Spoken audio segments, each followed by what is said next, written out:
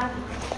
Si es que el pacientito se le enrojecen los ojitos porque estudia mucho en la compu, se trasnocha, está mucho en el celular y demás, lo que necesita es lubricar mejor los ojitos, porque el propio párpado al moverse pues genera fricción y eso hace que se congestione el ojito. No necesita un vasoconstrictor. Y obviamente si hay irritación acompañada de prurito, acompañada de lagañas, por ejemplo, ya es una infección bacteriana en la que se tiene que dar un tratamiento con antimicrobianos tópicos, ¿sí? Entonces sí es muy importante hacer los diagnósticos diferenciales. También dentro de lo que son simpático-miméticos tenemos a la pseudoefedrina. Cuando hablamos de la pseudoefedrina vamos a ver que esta es un agonista alfa y también se la aprecia mucho por su efecto anticongestivo, porque al producir una vasoconstricción importante nos va a ayudar a disminuir la congestión. Esta pseudoefedrina es el principal fármaco utilizado en los famosos antigripales. ¿Por qué? Vamos a ver que un paciente con un cuadro gripal que tiene congestión nasal, los mocos le molestan terriblemente, no puede respirar, tiene fiebre, le duele la cabeza, ¿sí? Entonces el tratamiento antigripal busca tratar esos síntomas, porque no hace nada contra el virus, porque sabemos que el virus de la gripe común se autolimita en 7 a 14 días, lo que significa que en 7 a 14 días el cuadro se va a autolimitar con o sin fármacos. Entonces el tratamiento que hacemos está enfocado a controlar los síntomas. Así que lo que tiene la mayoría de los antigripales básicos es paracetamol, pseudoefedrina y clorfeniramina. El paracetamol le va a quitar el dolor y la fiebre. La pseudoefedrina con la clorfeniramina, que es un antihistamínico, lo que van a hacer es controlar esa respuesta inflamatoria, van a disminuir la congestión, van a disminuir las secreciones o los moquitos que tiene el paciente y van a controlar los síntomas hasta que el cuadro se estabilice, ¿sí? Entonces, sí hay que tener cuidado porque siempre les digo, ¿no? El paciente cuando toma un antigripal tiene la tendencia de decir, ay, es antigripalcito nomás, y yo le he dicho que tome cada 8 horas y se quiere tomar cada 2 horas porque los mocos no lo dejan en paz, ¿sí? Entonces, mucho cuidado porque a veces se puede producir una hipertensión asociada al antigripal que es peligrosa, ¿sí? O el paciente se toma su Refrianex y además se hace su matecito de Flavicol que tienen los mismos compuestos. Entonces se está duplicando la dosis y los riesgos, porque son simpático-miméticos, son altos, ¿sí? Bien, también se pueden utilizar en pacientitos con incontinencia por estrés, porque ¿cuál va a ser el efecto a nivel vesical? Relajar el detrusor, cerrar el esfínter y favorecer la continencia, ¿sí? También se pueden usar como descongestionantes, que es la principal razón que ya hemos mencionado, y también como en pacientitos que tienen hipotensión ortostática para estabilizar y evitar el desequilibrio, los desmayos y demás que se pueden asociar a la presión arterial o a la hipotensión ortostática que hemos descrito. Bien, dentro de lo que son los simpático-miméticos, un fármaco muy particular es la clonidina.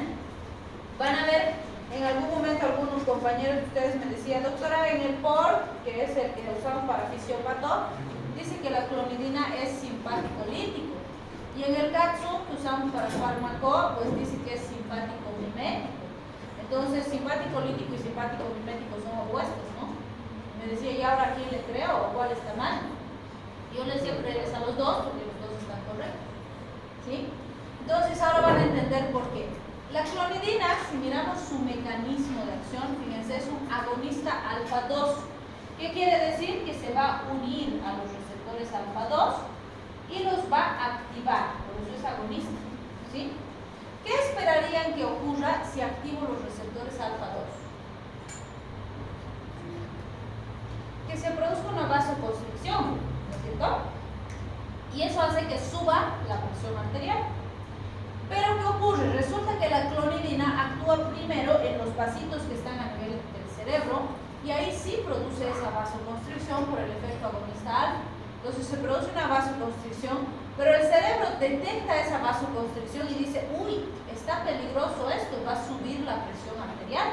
Entonces la respuesta del cerebro ante esa vasoconstricción es inhibir la liberación de catecolaminas a nivel periférico. ¿Qué pasa si disminuye la liberación de catecolaminas a nivel periférico? son las catecolaminas?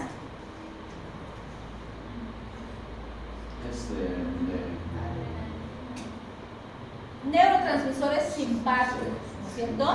Entonces, si disminuye la liberación de neurotransmisores simpáticos a nivel periférico, ¿cuál va a ser el efecto en los vasos?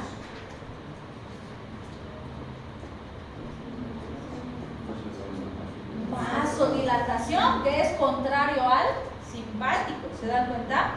Entonces, fíjense, el efecto simpático mimético a nivel central va a hacer que como respuesta secundaria se disminuya la liberación de neurotransmisores a nivel periférico, y a nivel periférico lo que va a pasar es que se produce una vasodilatación, y esa vasodilatación va a bajar la presión arterial, y es por eso que se usa en pacientes con hipertensión, porque su efecto es bajar la presión arterial.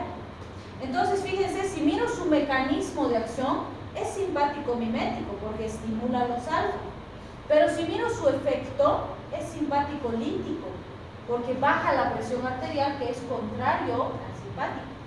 ¿Sí? ¿No sería una respuesta cíclica? No, porque es el efecto sostenido del fármaco. ¿Sí? O sea, de hecho, claro, sí se produce como una respuesta secundaria al efecto central, pero es el efecto que permanece con el fármaco. Entonces, no es reflejo porque las respuestas reflejas, no se olviden, son breves y transitorias, y esta no es transitoria.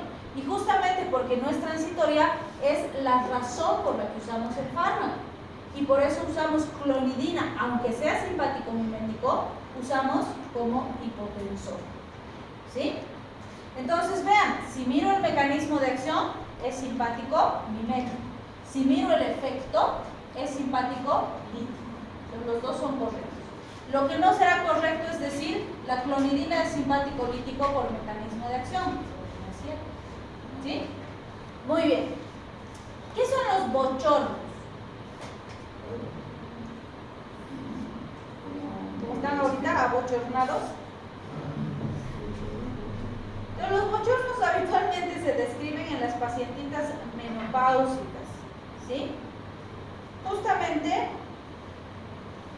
porque pues esos cambios hormonales, esa desestabilización hormonal en estas pacientitas hace que se pongan calientes, se sientan diaforéticas y demás en momentos determinados. Entonces se ha probado clonidina para manejar esos bochornos, para mantener estables y con menos síntomas a las pacientitas menopáusicas. ¿Cuál es el problema? La menopausia es absolutamente diferente en cada paciente. Hay pacientitas que aparece la menopausia, qué sé yo, entre los 40 y 50 años, les molesta así de forma intensa 1 o 2 años y después se estabiliza. Hay pacientitas que llegan a la menopausia, no sienten grandes cambios, se mantienen igual y no les molesta toda su vida. Y hay pacientitas que aparecen las molestias, son intensas y permanecen todo el resto de su vida, nunca se controlan, nunca se estabilizan, nunca desaparecen. Entonces, como en cada caso es diferente, cada paciente responde de forma diferente, los tratamientos también funcionan de forma diferente. Hay pacientitas que hacen un tratamiento y nunca se estabilizan. Hay pacientitas que hacen algún tratamiento, se estabilizan bien y mejoran. Y hay pacientitas que mejoran muy poco, parcialmente, entonces para cada paciente es diferente. ¿Sí? Pero pues está mencionada como una alternativa. Otro fármaco que vamos a ver en el sistema simpático es la ritodrina. La ritodrina es un beta-2 agonista, es decir, que actúa en los receptores beta-2. Recuerden que cuando vimos el efecto beta-2 en el útero, hemos dicho que produce una relajación uterina. Entonces estos se usan en lo que conocemos como amenaza de parto pretérmino.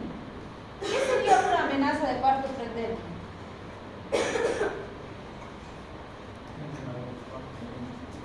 A ver, mejor les cambio la pregunta.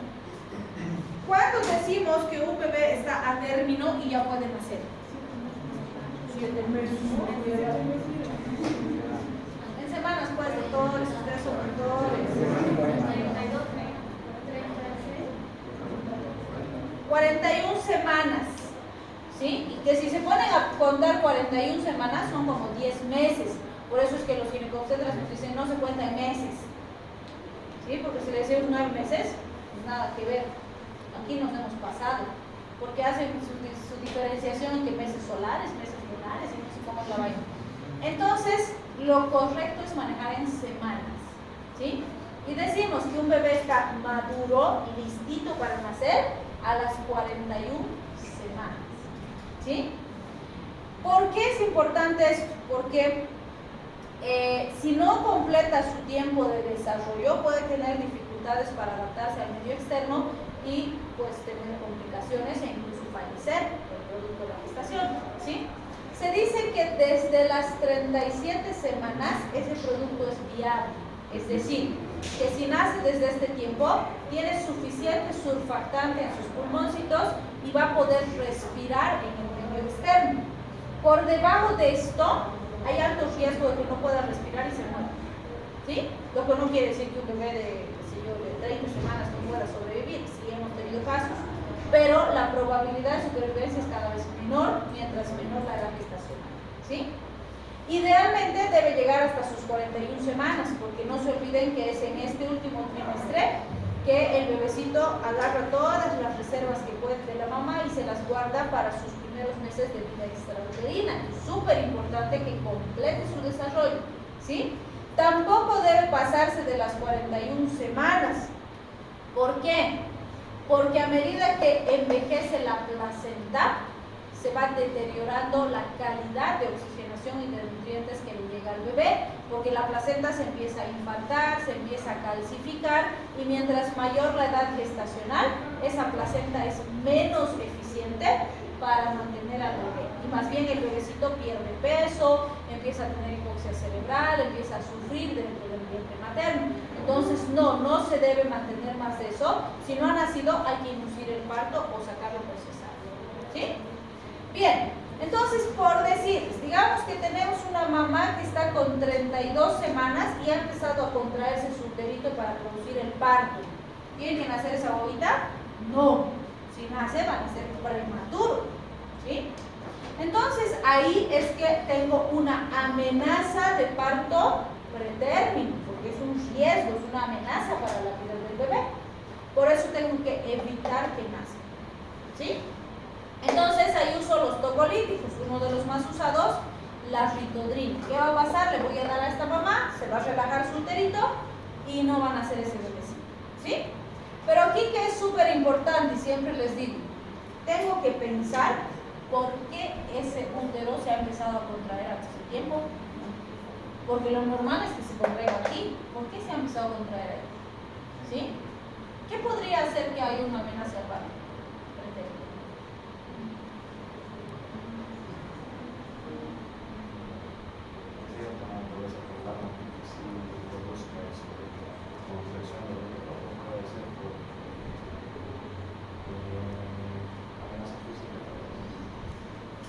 Ya, podría ser un accidente, podría ser un fármaco, ya, pero es menos común. ¿Qué es más común durante la gestación que me produzca una amenaza?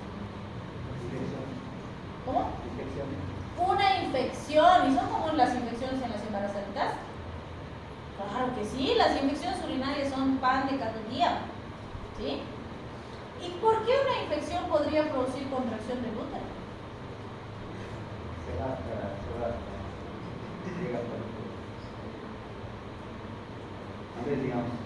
Si es una infección urinaria, por ejemplo, puede producir contracción del útero. ¿Va a llegar al útero?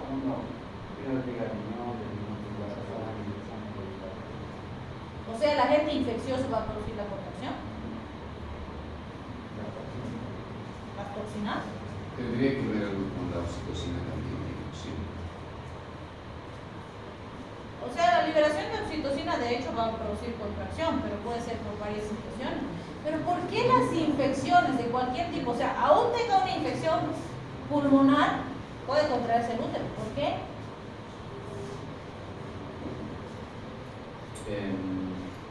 Podría haber una obstrucción del tracto urinario en una infección urinaria y eso podría producir tal vez una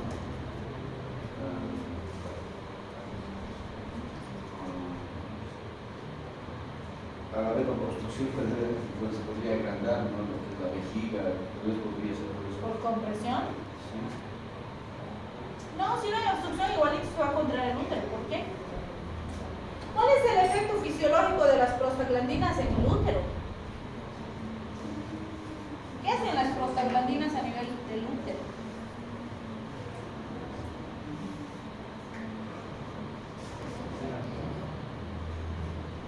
Fisiología tienen que traer en su cerebro, les he dicho. Las prostaglandinas en el útero inducen contracción, ¿sí? Y cualquier proceso infeccioso va a producir respuesta inflamatoria, activación del sistema inmune, producción de prostaglandinas, prostaciclinas, triptofanos, ¿sí? Entonces, cualquier infección va a estimular la contracción del útero porque las prostaglandinas hacen que el útero se contraiga, ¿sí? Entonces, si yo le doy ritodrina para que el uterito se relaje y no trato la infección, ¿voy a solucionar el problema? No, ese útero se va a volver a contraer porque sigue habiendo prostaglandinas. Entonces, fíjense, en ese caso es muy importante que al mismo tiempo que uso el tocolítico, controle la infección, ¿sí? Pero, ¿qué más podría producir una contracción? Por ejemplo, un DPPNI, desprendimiento prematuro de placenta normoinserta. Como decía su compañero, ha sufrido un trauma, se ha caído la mamá embarazadita y donde está implantada la placentita se ha desprendido. ¿Eso va a hacer que el útero se contraiga? Claro que sí, es un riesgo terrible para la mamá y para el bebé, ¿sí? Entonces ahí tendré que ver si voy a usar el tocolítico, además si tengo que suspender la gestación, si tengo que mantener a la mamá lo más quietita posible, cuánto tiempo, ir vigilando al bebé y a la mamá, o sea, es más complicado, ¿sí? O podría ser que se ha roto la membrana, ¿sí? Una ruptura prematura de membranas.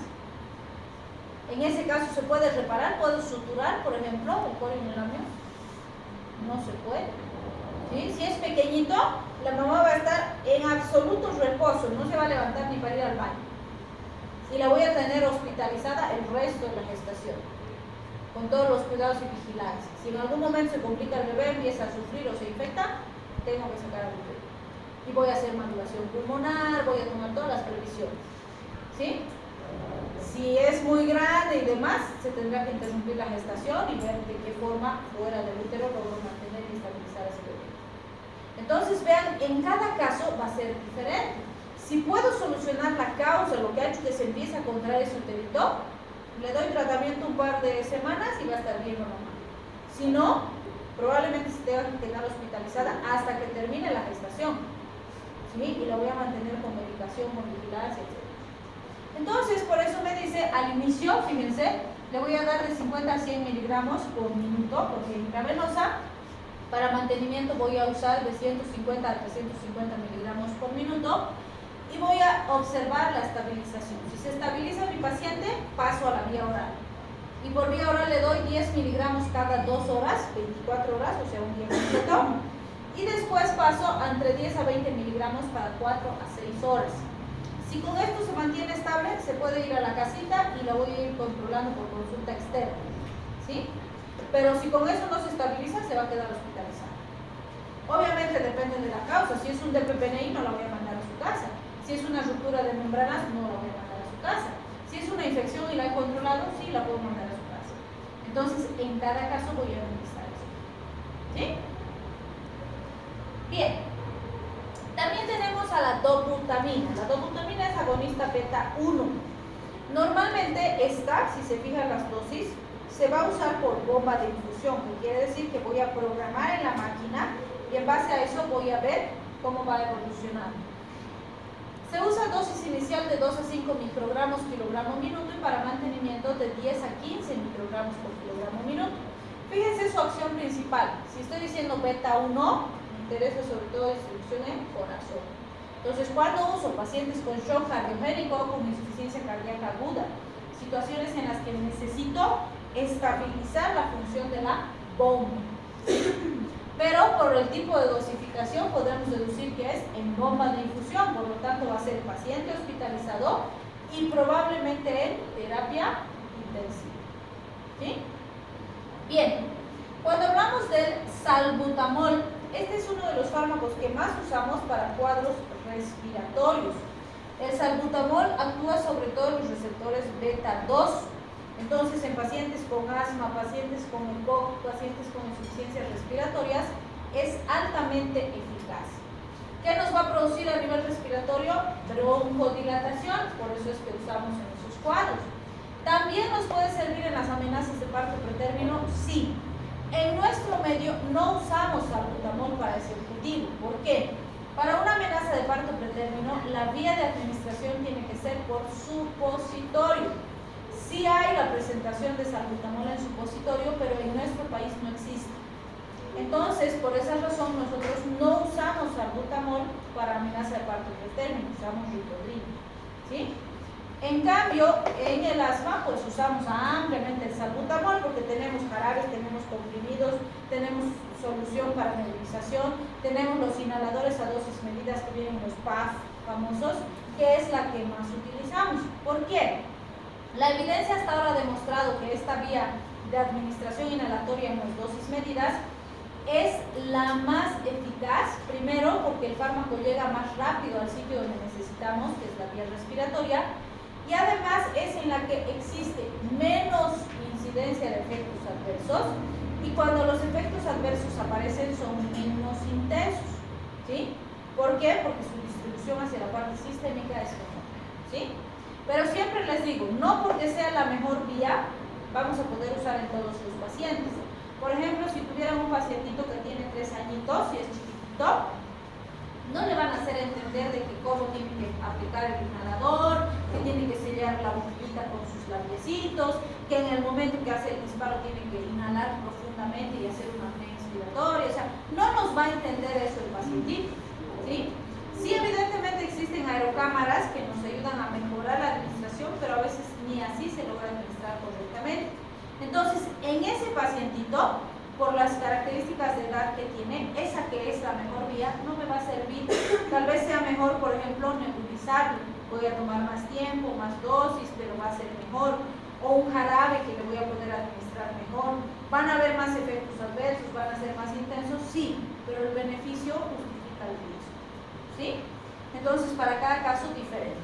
En los inhaladores a dosis medida, la indicación es de 2 PAF cada 4 a 6 horas, en la dosis habitual.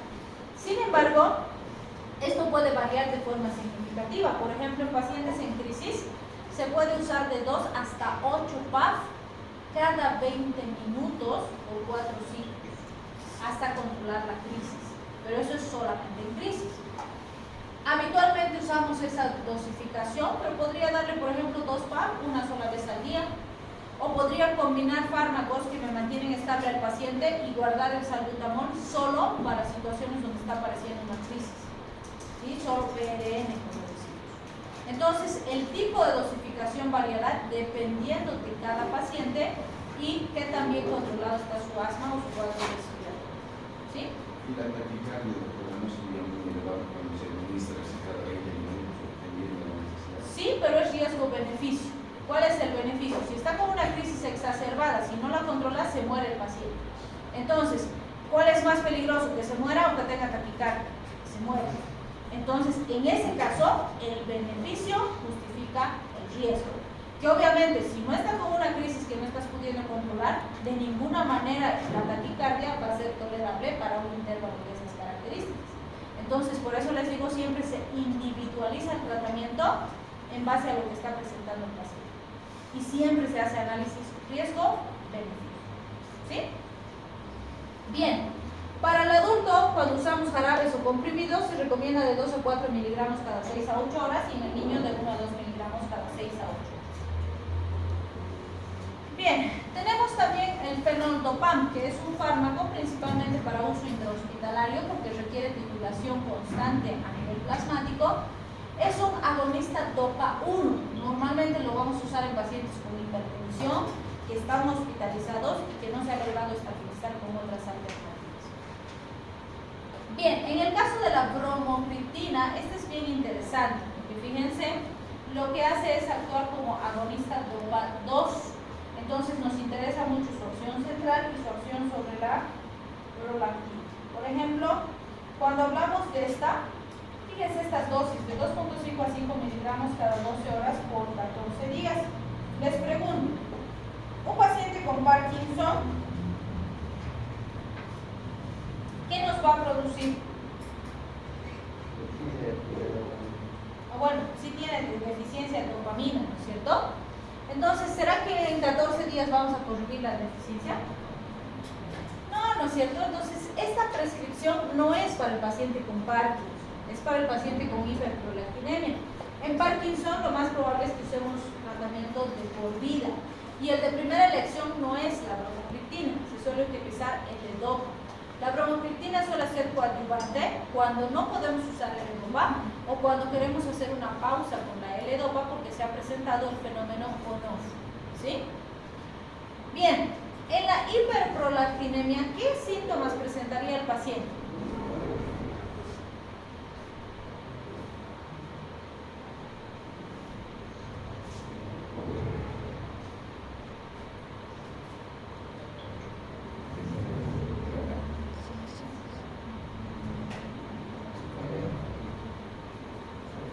Hiperprolactinemia. Secreción láctea, pues se van a irritar las mamas, va a producir leche, eso va a ser lo principal, ¿sí? ¿Y podrá producirse en un paciente masculino, por ejemplo? Claro que sí. ¿Y en una paciente femenina que no tiene hijitos? También, ¿sí? Entonces, fíjense, normalmente en ese tipo de situaciones, por supuesto que tengo que analizar si hay algún trastorno endocrino, por qué ese paciente está produciendo exceso de prolactina, ¿sí? O el tumorcito por ahí, algo está pasando, ¿no es cierto? Entonces me va a ayudar a controlar los síntomas, pero no me está solucionando la causa, tengo que buscar la causa, ¿sí? Ahora, ¿será que hay situaciones en las que tengo una mamá embarazadita que ha tenido su guaguita y está produciendo leche, en las que tengo que suspender la lactancia? ¿O toda mamá que tiene guaguitas tiene que darle de lactar?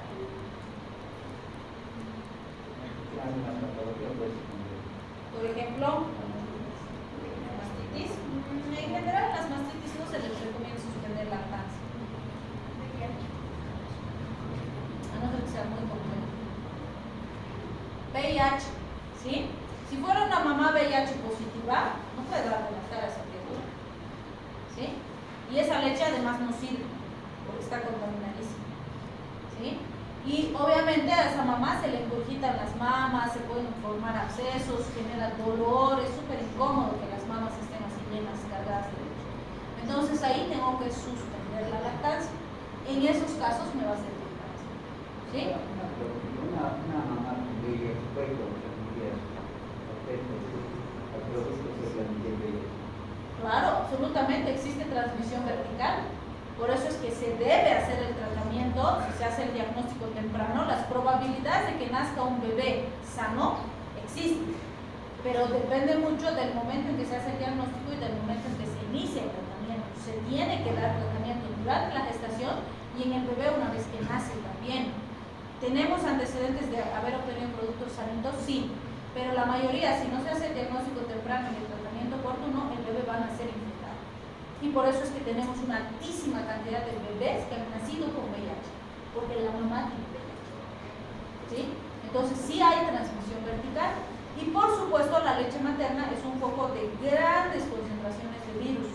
Entonces una mamá VIH positiva no puede darle lactar y esa leche obviamente no sirve para nadie, está altamente infectada, ¿sí?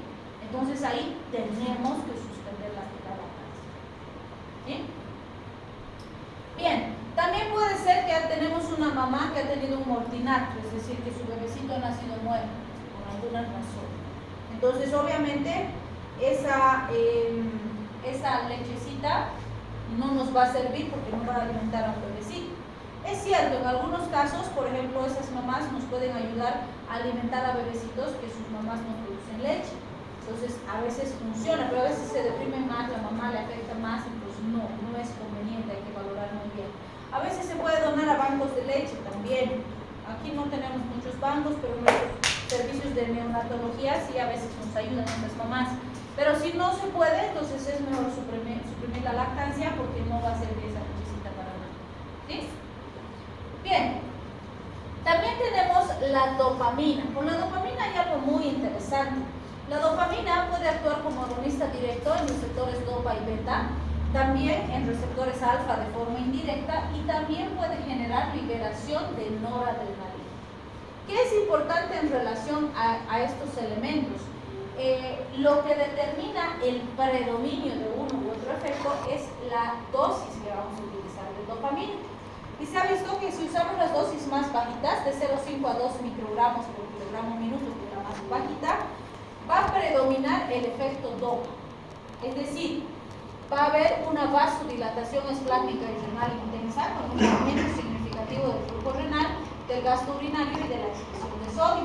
Normalmente en situaciones donde sabemos que puede haber riesgo de hipoperfusión renal, riesgo de compromiso renal por hipoperfusión, este efecto es muy deseable. Entonces usamos esas dosis para proteger el riñón, ¿sí?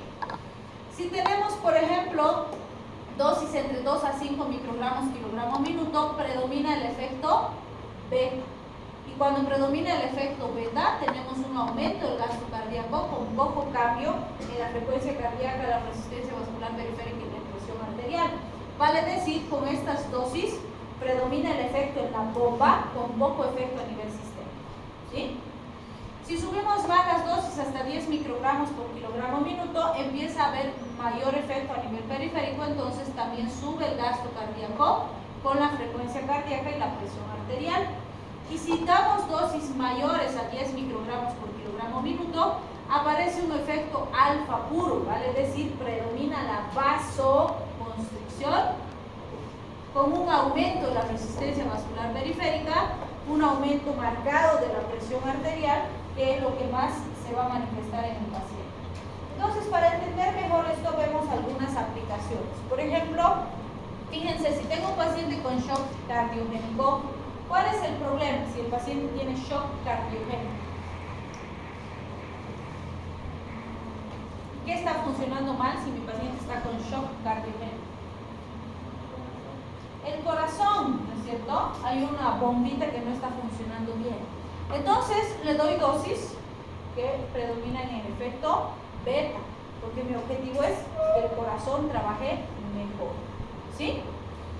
Si tengo un shock cardiogénico por falla cardíaca congestiva, por la misma razón puedo buscar efecto beta, pero más preferida que la dopamina es la dobutamina, que hemos dicho que se usa más a nivel intrahospitalario en servicios de terapia intensiva, por ejemplo. Si tengo un shock séptico, ¿cuál es el problema en el paciente? ¿Qué está funcionando mal? Doctora, la dobutamina, la dosis, ¿cuál sería la misma? No vemos esa, porque, bueno, si quieren podemos verlo, les voy a preguntar. Porque se usa en terapia intensiva, por eso es que no se las pongo, porque es más de terapia. Sí. También se usa en microgramos, ¿no? Igual que la dopamina, en general de 2.5 a 5 microgramos kilogramo minuto, pero depende del paciente. ¿Cómo es?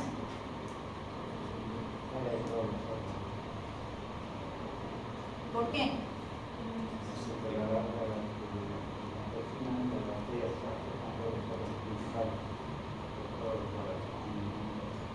Ya, o sea, no se olviden que en un shock séptico tenemos un cuadro infeccioso, ¿sí?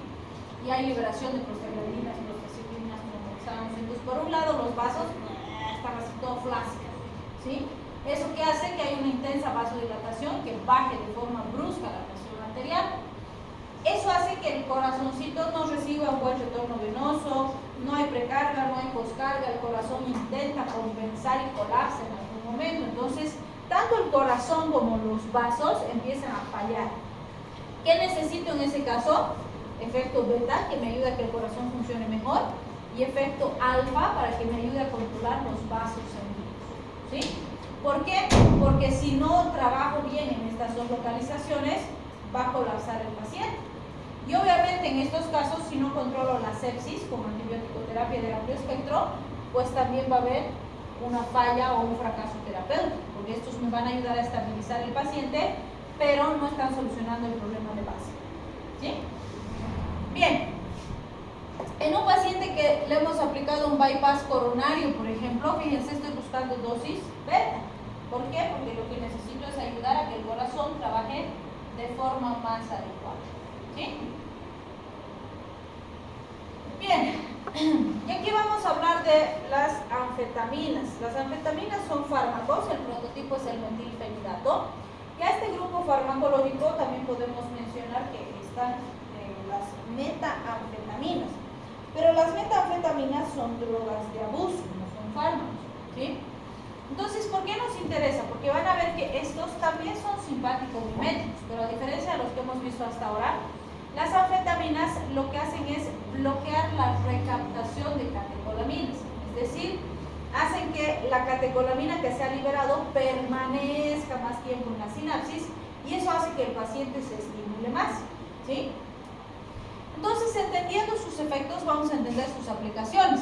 Al estar hiperestimulado el simpático, hay inhibición del centro del apetito, porque como hemos dicho, cuando el simpático se activa, mi prioridad es poner a salvo al paciente o responder a situaciones de estrés.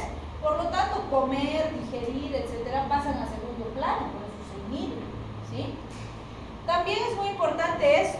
Es un potente psicoestimulante, es decir, hace que el paciente esté más despierto, más alerta, más etcétera, ¿sí? Y también, por supuesto, al hacer que las catecolaminas se mantengan en la sinapsis, es un potente elevador de la presión arterial, es decir, produce hipertensión, ¿sí? Entonces, en base a esto vamos a entender sus aplicaciones y sus efectos adversos. Entonces, fíjense, se han utilizado ampliamente en pacientes con déficit de atención por hiperactividad en la infancia. La pregunta es, si el paciente tiene hiperactividad, ¿por qué le doy un psicoestimulante?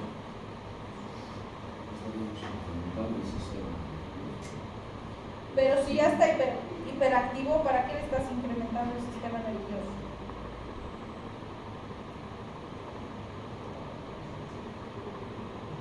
Porque ya es hiperactivo, ¿no?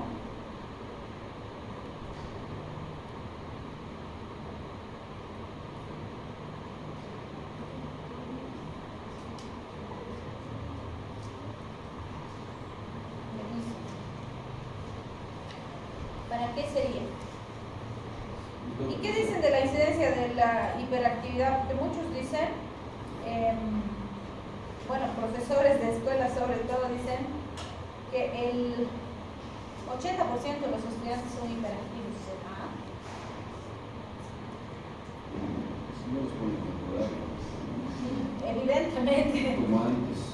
Antes nos pegaban y nos quedamos quietos, ¿no? Ahora no pueden pegar.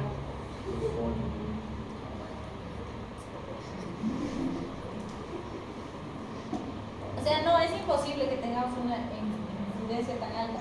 Evidentemente es potencialmente altísima, ¿no? Antes se estimaba que de cada 1000 niños, uno era hiperactivo, tenía trastorno. Después pasaron los años y se determinó que de cada 100, uno era hiperactivo. Hoy se dice que de cada 40 niños, uno es hiperactivo. Ya vean cuantísimo ha subido, ¿no? Realmente es importante, pero no es el 80%, lejos, estamos todavía el 80%. Entonces, número uno, no es lo mismo un niño hiperactivo que un niño que tiene déficit de atención e hiperactividad en la infancia. El déficit de atención es un problema importante, es una condición patológica que necesita tratamiento, pero la hiperactividad no, ¿sí? Y los niños son hiperactivos porque tienen pues hiperestímulo, ¿no? Ahora tienen computadoras, tienen celulares, hay un montón de letreros de colores en todo lado, hay un montón de estímulos que antes no había, ¿sí? Entonces yo siempre les digo, el niño que es inquieto, que está activo, que se está moviendo, que está molestando, está sano, es normal. Si es un niño que no se mueve, que no molesta y que no hace nada, ahí sí preocúpense porque algo tiene de bobo, ¿sí?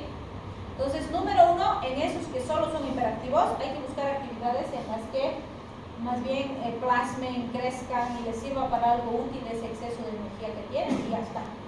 No necesitan medicación, ¿sí?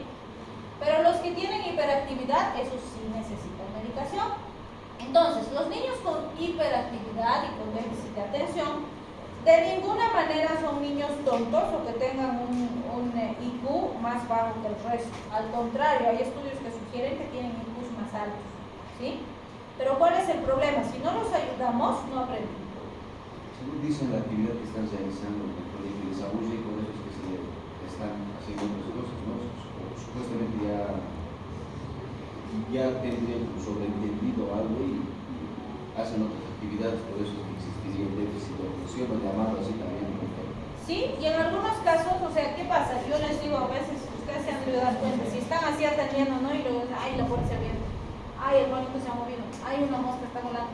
Entonces, se van distrayendo una y otra cosa y pues no aprenden, porque para aprender necesito mantener la atención en algo específico por un tiempo suficiente que me permita aprender. Entonces, el problema en estos pacientitos es que no logran concentrarse en algo específico, está dispersa su atención.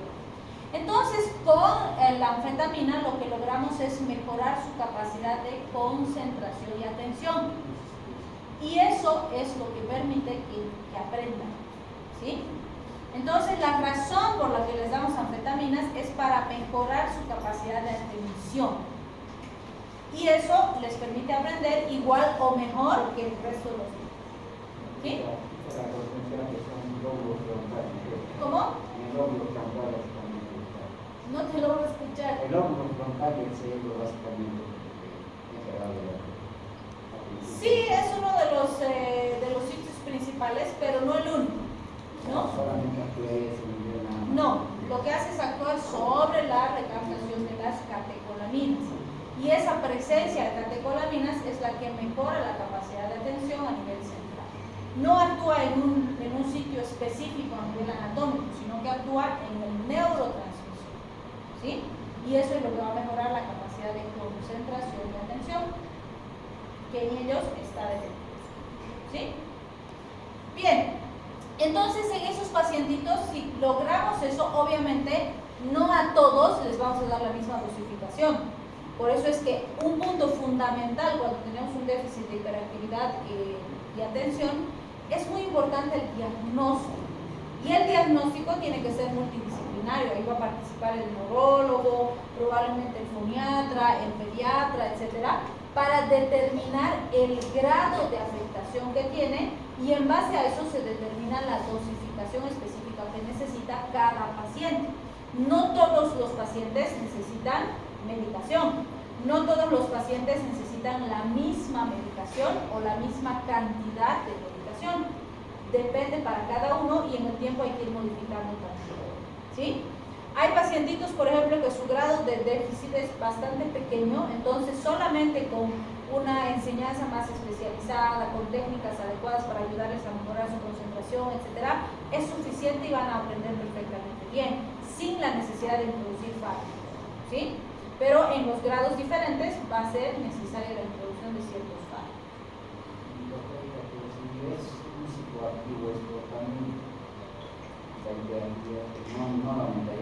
No va a aumentar la hiperactividad. Lo que se ha visto es que en estos pacientes no se va a producir mayor hiperactivación, si quieres, a nivel central o a nivel motor, y lo que hacemos es mejorar la capacidad de concentración. Entonces el paciente no se pone más hiperactivo, pero sí mejora su capacidad de concentración, ¿sí? Entonces hay que entender que son dos elementos diferentes y no se va a alterar uno en estos pacientes en particular. Pero si tú le das esta medicación a un paciente que no necesita la medicación, sí vas a producir una hiperexcitabilidad y una estimulación excesiva que puede traer otro tipo de consecuencias, ¿sí? Bien, también se puede utilizar en pacientes con narcolepsia y con apatía. En el primer caso, el paciente con narcolepsia es incapaz de mantenerse despierto lo suficiente para estudiar, para trabajar, para interaccionar con su medio externo. Entonces, le damos la medicación para estimularlo para que se mantenga despierto, por lo menos lo suficiente para que pueda desenvolverse en sus actividades cotidianas. Lo mismo el paciente con apatía. No es una... a veces les digo, no es ese compañero antipático que no nos saluda, no, es una apatía patológica en la que realmente el paciente se desconecta del entorno y no quiere trabajar, no quiere estudiar, no quiere vivir, está así todo reacio, apático, desconectado. Obviamente en ese tipo de situaciones hay que tratar de identificar el problema de base, por qué el paciente tiene esa desconexión. Puede ser que exista algún trastorno psiquiátrico de base o de fondo, o algún problema emocional significativo que necesita atención. El fármaco no va a controlar ese problema de base. Entonces, en este caso, normalmente hay que trabajar con el psicólogo, con el psiquiatra, con los que nos puedan apoyar en esa reconexión del paciente con el entorno. El fármaco ayuda, pero no es suficiente por sí solo, ¿sí? Y finalmente la obesidad. Para tratar obesidad con anfetaminas, normalmente se hacen cócteles, como decimos, y lo hace el endocrinólogo, ¿sí? En pacientes que otras alternativas han fracasado y normalmente suelen combinar anfetaminas con metformina y con hormonas tiroideas o con hormonas de crecimiento, ¿sí? En este caso, ¿para qué nos va a servir la anfetamina? Para inhibir el centro del apetito en el paciente, y los otros son hipermetabolizantes, quemadores de grasa, que nos van a ayudar a ir bajando, ¿sí? Obviamente esos cócteles tienen que ir súper de la mano con regímenes dietéticos estrictos, donde realmente se controla qué come el paciente cada día, y además con ejercicio controlado también, que tiene que tener cierta cantidad de horas todos los días de caminar, etc. Y por supuesto, lo que el paciente tiene que entender es que, así como no se ha vuelto obeso en una semana, tampoco va a dejar de ser obeso en una semana. No funciona así con ningún tratamiento, ¿sí? Así como le ha llevado meses ser obeso, también le va a llevar meses o años controlar esa obesidad.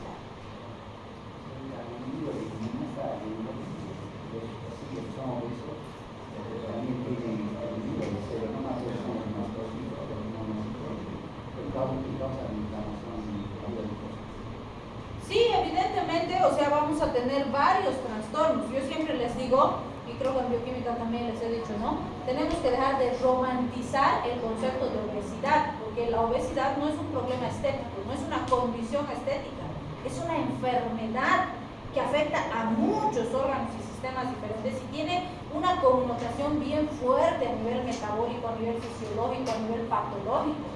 Entonces, el problema es que si las romantizamos y creemos que es algo estético nomás, el paciente piensa que tiene que quererse así gordo y quiere seguir gordo. Y no, la obesidad es una enfermedad, no es una condición estética. Y trae consecuencias endócrinas, celulares, orgánicas, biológicas muy significativas para el paciente. Entonces, la tenemos que abordar como enfermedad porque eso es lo que es, ¿sí? No es una condición estética. Entonces, esa obesidad se intenta con varias alternativas, hay fármacos que nos ayudan, algunos son estos, y si todo eso no funciona, tenemos la cirugía, que es mucho más mutilante, que es mucho más agresiva, pero es la única alternativa que tenemos, ¿sí? Y por supuesto, yo siempre les digo, el paciente no se vuelve obeso de un día para el otro, en una semana. Entonces, es una condición bastante alterada, pero en la que el paciente ha sido indisciplinado mucho tiempo en su vida, porque el paciente se mira, el paciente se ve que está subiendo de peso. Y yo siempre les digo, a nosotros el sobrepeso no nos molesta por cómo se ve físicamente, porque ya les he dicho, el paciente es hermoso, lindo, blanco, amarillo, moreno, alto, flaco, igual es una maravillosa creación de Dios, pero nosotros como personal de salud queremos que esté sano, y esto no es sano. Esto es una enfermedad y por eso es que nos interesa que no existan personas obesas, porque tiene complicaciones cardíacas, digestivas, endócrinas, a todo nivel, y mientras más temprano aparece, más complicaciones va a tener, y es una enfermedad absolutamente prevenible y absolutamente controlable. Entonces, ¿por qué lo vamos a dejar enfermo al paciente? ¿Se dan cuenta? Pero tenemos que abordarla como enfermedad. ¿Esto nos ayuda? Sí, pero no se olviden que es anfetamina. Tiene características de droga, produce tolerancia, produce dependencia, por eso hay que vigilar. El paciente no puede tomarse anfetamina solito, tenemos que vigilar, ¿sí? Bien, y vamos también al famoso modafinilo, que probablemente lo conocen, su nombre comercial más común es Resotil, ¿sí? ¿Por qué? El modafinilo no es estrictamente una anfetamina, pero es un primo hermano de las anfetaminas. Y el problema con el modafinilo es que se está abusando terriblemente, sobre todo por estudiantes de medicina, no de la única carrera, pero sí de estudiantes universitarios en general. Y medicina encabeza la lista. ¿Por qué? Porque al ser psicoestimulante lo están utilizando en sus épocas de exámenes para estudiar, ¿sí? Porque los mantiene así despiertos. Entonces tiene bastantes riesgos. Y obviamente lo que yo siempre aquí les pregunto, porque varios pues comentan que usan, cómo me llaman a veces, tengo que estoy con taquicardia, me he tomado, no sé qué hago, ¿sí? Entonces, es muy importante porque tiene riesgos, es simpático mimético, ¿sí? Y yo siempre les digo, bueno, si estudias y mejora tu capacidad cognitiva y realmente aprendes, o sea, ¿por qué no? Yo siempre les digo, no hay mal fármaco, hay mal uso del fármaco, ¿sí? Y si puedes mejorar tu capacidad cognitiva, ¿por qué no? Pero si solamente te mantienes despierto como búho, porque a ver, les comento algunos efectos que me han comentado. Algunos los mantienen así despiertos, estudia. Llega un momento en que leen y no entienden nada, así. ¿Ah? ¿Qué leí? O están leyendo, digo, no, la anatomía del ojo, la puerta se ha abierto, porque hemos escuchado la puerta. No, el ojo tiene el perro ladrado. Y empiezan a divagar así, o sea, su cerebro empieza a divagar y ya no captan nada.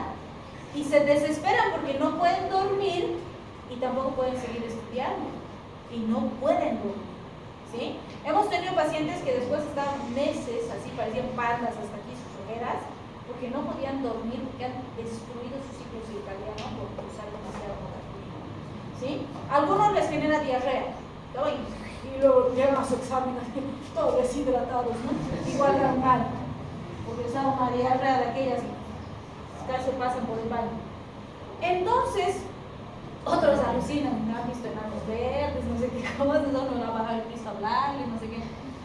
Entonces, yo siempre les digo, si no les está dando un beneficio y estás poniendo en riesgo tu vida sin recibir un beneficio, ¿para qué estás usando? Lo estás haciendo mal, ¿sí? Entonces, mucho cuidado. Y otra recomendación es, si no sabes cómo un fármaco reacciona en tu organismo, que no se te ocurra pues la brillante idea de tomar guía antes del examen. ¿No? Es lo peor que puedes hacer. Si quieres saber si te va a servir o no, usa pues 1 o 2 semanas antes, un fin de semana, para que veas cómo responde tu organismo ante esa sustancia, para que sepas a qué atenerte. Porque hay gente que sí, se toma y se duerme. Hay gente que está, hay gente que le produce diarrea. Entonces, por ejemplo, tengo una estudiante que trabaja y estudia, porque así tiene su beca para estudiar, y que no le alcanzan las horas para terminar de estudiar. No estudia a última hora, ella estudia siempre con tiempo. Entonces ella, por ejemplo, ha venido a buscarme para que le oriente un poquito sobre los efectos adversos. Ella toma solo 4ª dosis, o sea, la 4ª tabletita. Entonces llega a las 10, 11, ya se siente cansada, se toma su modafinilo. Estudia unas 3, 4 horas más, bien, y después duerme, al día siguiente se despierta bien, hace toda su rutina, y cuando se siente muy cansada toma, pero nunca antes del examen. Y le va bastante bien, o sea, logra estudiar más tiempo, concentrarse mejor y realmente retener la información. Otros toman, están así como búhos, llegan a su examen, regurgitan todo lo que pueden y 2 semanas después no se acuerdan nada de lo que han estudiado. Entonces, así no sirve, ¿sí? Entonces yo siempre les digo, mucho cuidado con lo que usan, porque si les da un beneficio, perfecto, usamos el fármaco, pero si el riesgo es mayor que el beneficio o no hay beneficio, ¿para qué se exponen a riesgo? Porque otra complicación grave, y que sí se está empezando a ver más, es el debut de trastornos psiquiátricos. Por decir, tengo ahí en mis genes esquizofrenia, pero no iba a debutar, nunca se ha manifestado y demás. ¡Pum! Tomo una de estas drogas, ¡pum! Aparece. Y no va a desaparecer, ¿sí? O psicosis, o trastornos de virus de pánico. O sea, sí están apareciendo cosas que probablemente no hubieran aparecido si no hubiera tomado esta medicina, ¿sí? Entonces, mucho cuidado con lo que usan, ¿sí? Bien, cuando hablamos de cocaína, no es fármaco, es droga. No le van a prescribir cocaína a sus pacientes, nunca jamás. Pero ¿por qué la analizamos? Porque es simpático mimético. Igual que las anfetaminas. ¿Cuál era el nombre comercial de la Resotil. ¿Ya has tomado? No. Resotil. Resotil. Resotil. Resotil. O sea, en teoría no se debería poder comprar sin receta, pero sabemos que aquí no funciona, todo se compra sin receta, ¿sí? Entonces, yo hablo con ustedes para que ustedes también me digan si consiguen o no. Sí, ¿cómo se llama? Me van a comentar cómo les va. No, sí me interesa, o sea, me interesa mucho saber. He dicho, algún rato voy a probar para ver cómo funciona también, pero bien ser un medio controlado y Genaro no tiene que estar conmigo, porque soy responsable de él, ¿no? Entonces, es importante saber los efectos para también poder hacer alguna recomendación, ¿no? Conozco colegas que han probado. y sí, me han comentado, por ejemplo, igual, que han logrado estar despiertos muchas horas, casi 2 días completos, pero que después es desesperante el no poder dormir, ¿no? El colega que aprobó me dice, te juro, me quería, no sé, pegar, botar de algún lado, quería dormir y no podía. Y eso te desespera, porque no sabes qué hacer, te echas, te paras, te sientas, te mueves, caminas, no puedes dormir. Entonces yo digo, pero y la cognición, pues que no he estudiado. ¡Ay! ¿Por qué no has estudiado? Entonces, porque lo que me interesa es saber el efecto en la cognición. ¿Sí? Tengo un grupo de estudiantes que está usando media dosis, ya no más, y esta estudiante que sé que usa cuarta, que va bastante bien, pero hay que ver a largo plazo el beneficio, ¿no? Porque no se olviden, produce tolerancia, produce dependencia, entonces hay que ver. Por ejemplo, ella en sus primeros parciales estaba en un avión, segundos parciales ya sentía la fatiga, aún con el paro. Entonces no es sostenible, si es artificial no es sostenible. Entonces hay que ver riesgo de negocio, ¿no? Bien, entonces fíjense, la cocaína, independientemente de la vía por la que se use, sea fumada, inhalada, inyectada, estimula de forma muy intensa los centros del placer y por eso es que es una droga terriblemente peligrosa. Yo siempre les digo, si consumen, no se metan con cocaína.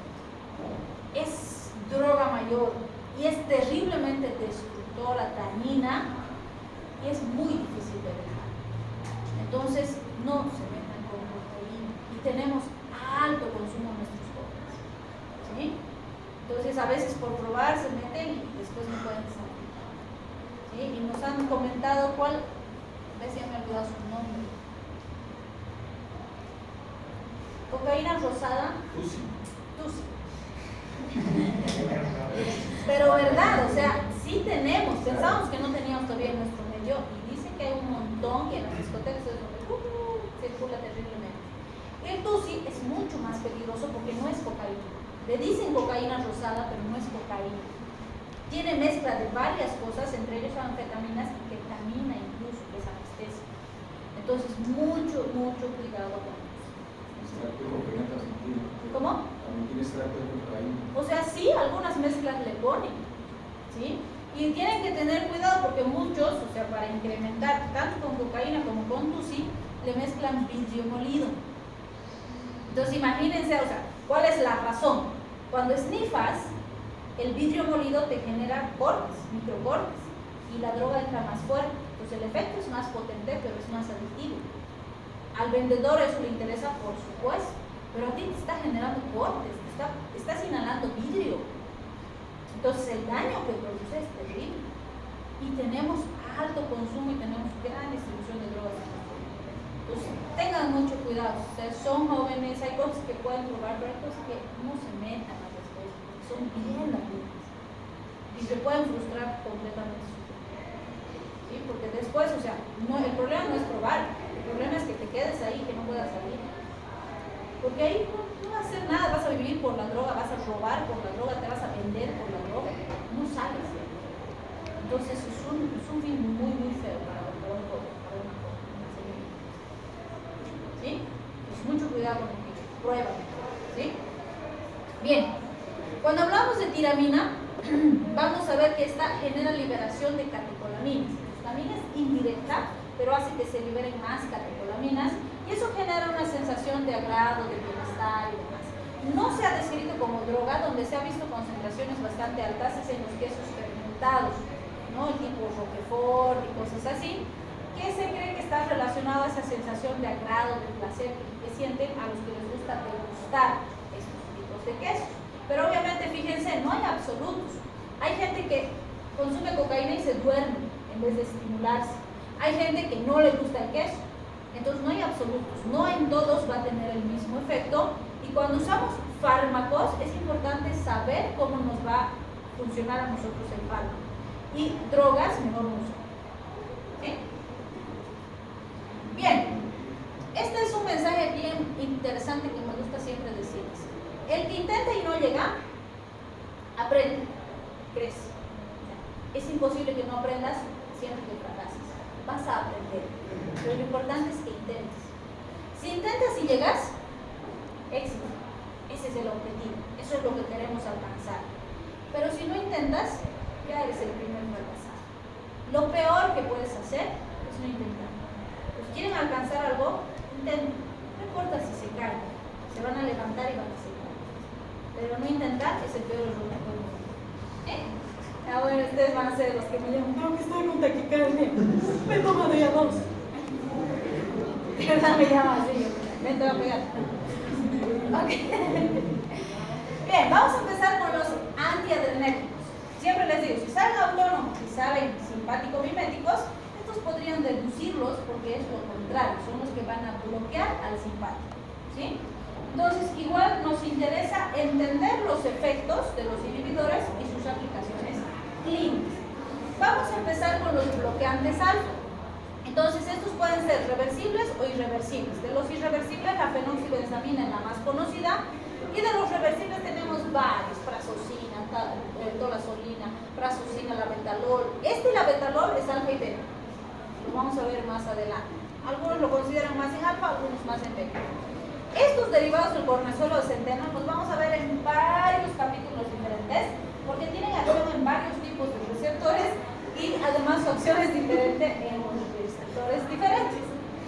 Entonces, cuando hablamos de bloqueantes alfa, fíjense, si bien puede parecer todo lo que sabemos que se va a presentar con el bloqueo alfa, los sitios predominantes de los receptores son vasos sanguíneos en primer lugar. Entonces, lo principal: disminución de la resistencia periférica, disminución de la presión arterial, hipotensión postural con su taquicardia refleja, y puede haber también un aumento compensatorio del volumen sanguíneo.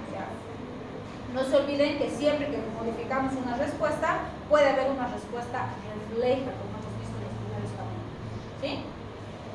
Entre otros, se ha visto miosis. No se olviden que los simpático-miméticos hemos usado mucho como anticongestivos. Entonces, estos que son contrarios van a generar congestión, entonces pueden producir congestión nasal. Y por supuesto, la disminución de la resistencia al flujo urinario, que es característica por el bloqueo alfa. Entonces, vamos a empezar con la fenoxibenzamina. Como hemos dicho, la fenoxibenzamina es bloqueante alfa de acción irreversible. ¿Qué implica eso? Va a bloquear alfa 1 y alfa 2 y va a tener un potente efecto varorreflejo. ¿Por qué?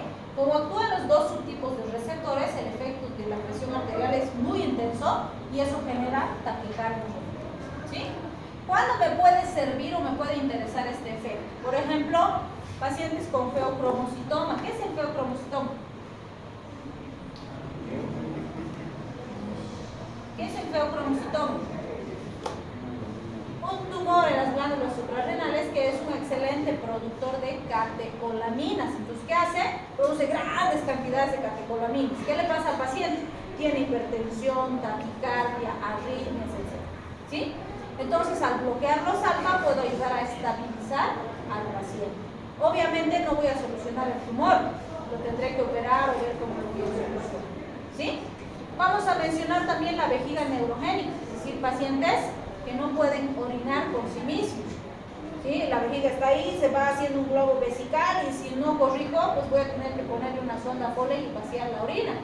Y si se lesionan sus terminales nerviosos porque se hincha demasiado la vejiga y se mantiene así, puede ser que ese paciente toda su vida tenga que estar con su sonda Foley y su bolsa colectora. ¿Se imaginan venir a clases con su bolsa de orina, ir a trabajar con su bolsa de orina, así? Terrible para el paciente. Entonces puedo ayudar a que esa vejiguita funcione mejor con estos fármacos. Si no logro corregir eso, va a tener que vivir con su bolsa colectora.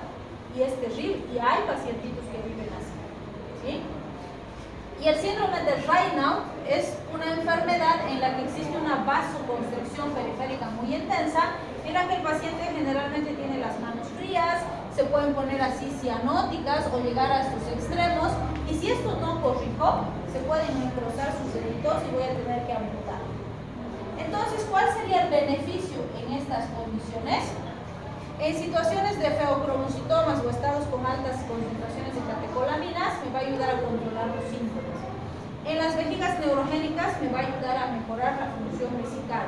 En el síndrome de Raynaud me va a ayudar a producir vasodilatación periférica y mejorar la perfusión periférica para que no se me necrose el tejido periférico. ¿Sí? Entonces vean, si yo sé mecanismo de acción y efecto, puedo deducir en qué situaciones me va a hacer. ¿Sí? Bien, vamos a quedar ahí. En la siguiente clase vamos a